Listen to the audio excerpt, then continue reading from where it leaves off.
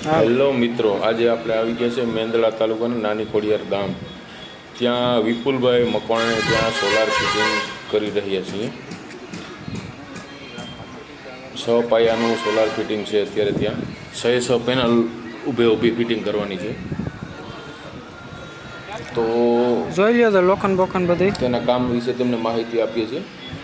વસ્તુ વિશે બધી માહિતી આપી છે. કઈ વસ્તુ કેવી છે, માલ મટીરિયલ કેવું છે તેના વિશે, મજબૂતાઈ કેવી છે, પેનલ કેવી છે, વાયરિંગ કેવું છે, પાઇપ કેવા છે, 6 પાયા તેના બધી વિશે માહિતી વિપુલભાઈ મકવાણાને આપી રહ્યા છીએ.